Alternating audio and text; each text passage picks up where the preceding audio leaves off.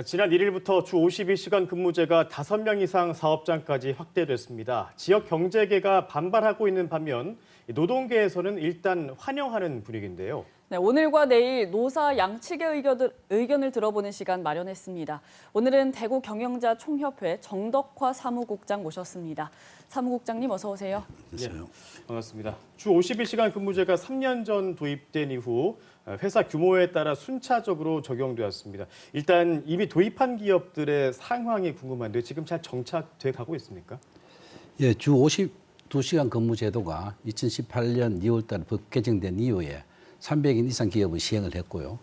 유예 기간을 거쳐서 50인 이상 기업은 금년도 1월부터 시행이 되고 있고 또 유예 기간 없이 즉시 시행되는 50인 미만 기업도 7월 1일부터 적용되고 있어서 우리 지역의 대부분을 차지하고 있는 50인 이상 기업들이 큰 어려움에 직면을 하고 있습니다. 예. 특히 인력난에 따라서 생산량이 부족하면서 납기를 맞추지 못하는 그런 어려움이 생기고 있고요.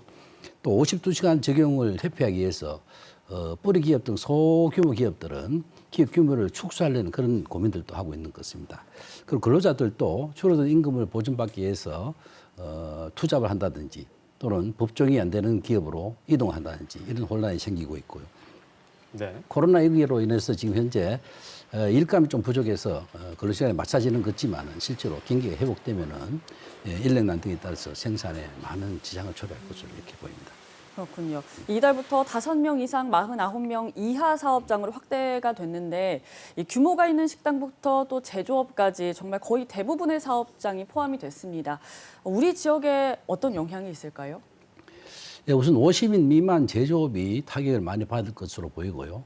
특히 이제 국내 근로자가 기피하고 있는 뿌리 산업 등에는 직격탄을 맞을 것으로 이렇게 보여집니다.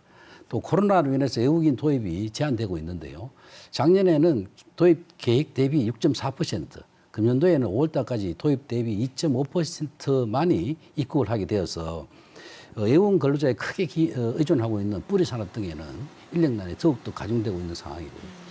또 상시적인 인력난이 있는 섬유업종 등에서도 인력난의 어려움이 있고 또 건설업 등은 기후 날씨 등에 따라서 집중적으로 근무를 해야 됨에도 불구하고 근로시간 단축에 따른 어려움이 나타날 것으로 보입니다. 예. 또한 이제 뭐 음식업이나 자영업자, 또 소상공인 등도 역시 인력난과 인건비 부담으로 어려울 것으로 이렇게 보입니다. 예, 뭐 지역의 뿌리 산업뿐만 아니라 지역 산업계 전반이 영향을 받을 것이다 이렇게 전망을 하셨는데, 근데 이 법이 2018년에 도입이 되지 않았습니까? 3년의 시간이 있었는데, 특히 이제 규모가 작은 중소기업의 경우 그런데도 불구하고 수차례 유예 기간을 달라고 주장을 하고 있고 여전히 반발이 심한데요. 이유가 뭡니까? 코로나 여파로 인해서 사실은 기업 경영이 굉장히 어려웠습니다. 그래서 기업 생존에도 어려움을 겪고 있는 상황에서 근로시간 단축에 대해서 사실 준비를 하지 못했던 게 사실이고요. 예. 실제로 주 52시간 초과하는 기업의 절반 이상이 아예 준비를 하지 못하고 있다고 이렇게 응답이 나타나고 있습니다. 특히 외국인 근로자 입국이 제한된 상황에서 상시적인 인력난에 대한 특단의 조치도 없고 따라서 납기에 대한 미준수나 또는 수주를 축소하거나 또는 숙련 인력에 대한 대체 부족 등이 이제 우려되고 있는 겁니다.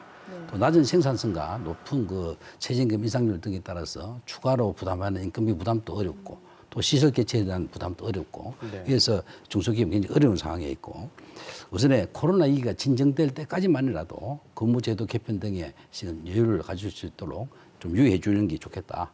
또는 탄력적 근로시간제 등에 대한 어떤 절차 도입 을 좀 간소화해서 실제로 유연 근무 좀 이루어질 수 있도록 해주는 게 좋겠다 이렇게 생각합니다. 네, 그렇군요. 준비가 안 된 업체들도 적지 않은 걸로 알고 있습니다. 기업들이 어떤 점을 가장 걱정하고 부담스러워합니까? 실제 50인 미만 기업이 그 주 52시간제 준비 보직이라고 나타나는 건 한 44%, 또 실제로 시행하고 있는 50인 이상 기업도 시행이 한 34% 정도 어렵다고 얘기를 하고 있습니다. 근로시간이 단축됨에 따라 추가 채용에 대해서 생산량을 보존해야 되는데 사실은 근로자가 오지 않기 때문에 사람을 뽑을 수도 없는 그런 상황이 있습니다. 또 4대 보험료나 퇴직금 등 간접 노무비가 임금의 한 20%를 차지하는 임금 구조에 있기 때문에 추가 인력에 따른 임금의 부담도 굉장히 크게 나타나고 있고요. 가장 큰 문제는 불규칙적으로 원청으로부터 주문 오다가 있기 때문에 중소하청업체가 그 불규칙한 근무 제도를 맞춰가기 굉장히 어렵다는 겁니다. 그래서 생산 납기 준수가 굉장히 어려운 문제로 나타나고 있습니다. 예. 그래서 이제 정부에서 보완책을 내놓고 있는데 탄력 근로제, 선택 근로제 확대와 특별 연장 근로 같은 보완책을 마련했고 또 정책 자금 지원을 늘리겠다는 입장도 밝혔는데 어떻게 효과가 있을 거라고 보십니까? 탄력 근로제가 1개월 단위에서 3개월 단위로 또 3개월 단위에서 6개월 단위로 일부 확대되기는 했습니다만은 사실 50인 미만 중소 제조업체는 적용이 거의 불가능하다는 겁니다. 왜냐하면 현행 탄력 근로 시간 제도가 사전에 근로일과 또 그날의 근로 시간을 미리 정하도록 되어 있습니다. 네. 그런데 원청에서는 주 문량을 불규칙적으로 주기 때문에 50인 미만 사업자는 대부분 하청 기업으로서 그 생산 일정 맞추기가 굉장히 어려운 거죠. 그래서 사실은 탄력 근로 제도가 중소기업 제조업에서는 적용되기 어려운 상황이 있기 때문에 이 제도를 빨리 좀 보완해야 될 것으로 보입니다. 예. 또 실제로 초과 근로의 한 44%가 불규칙적으로 지금 하고 있다라고 조사가 되어 있고요. 또 정책 자금 지원도 간접 농업비 등을 포함해서 충분히 지원을 좀 해주시고 또 신속하고 간편하고 이렇게 할 수 있도록 정책적, 행정적 지원을 좀 해야 될 것으로 보입니다. 네, 아무래도 여러 가지 부작용을 좀 최소화하는 게 가장 중요할 것 같습니다. 기업 입장에서 가장 먼저 해결해야 할 과제가 있다면 무엇이 있을까요? 우선 우리 기업들도 뭐 장시간 근로 개선에 대해서는 공감을 하지만은 또 현실적인 대책이 마련돼야 된다는 그런 입장인 거죠. 네. 그래서 우선 코로나 위기가 종료될 때까지만 해도 좀 여기 유예를 해서 근무제도 개편이라든지 인력난인 것도 좀 준비를 할 수 있도록 해주시고요. 또 탄력적 근로제를 유연성 있게 좀 적용해서 노사가 합의하면은 즉시 시행할 수 있도록 이렇게 절차를 좀 개선해 주시고 특별 연장 근로도 적용 범위를 좀 확대를 해 주셔야 됩니다. 특히 주 8시간 추가 연장 근로할 수 있는 것들이 지금 현재 30 미만 기업으로 되어 있습니다만은 50만 미만 기업으로 확대를 좀 해 주셔야 됩니다. 예. 만약에 이 법 적용을 시행하더라도 적반을 처벌 위주보다는 밀접 컨설팅을 통해서 기업이 적응할 수 있도록 이렇게 행정 지도를 해 주시는 게 좋을 것으로 이렇게 생각이 됩니다. 예, 알겠습니다. 오늘은 이렇게 주 52시간 근무제 확대와 관련해서 경제계 입장을 들어봤습니다. 대구 경영자 총협회 정덕화 사무국장이었습니다. 오늘 말씀 잘 들었습니다. 예, 고맙습니다.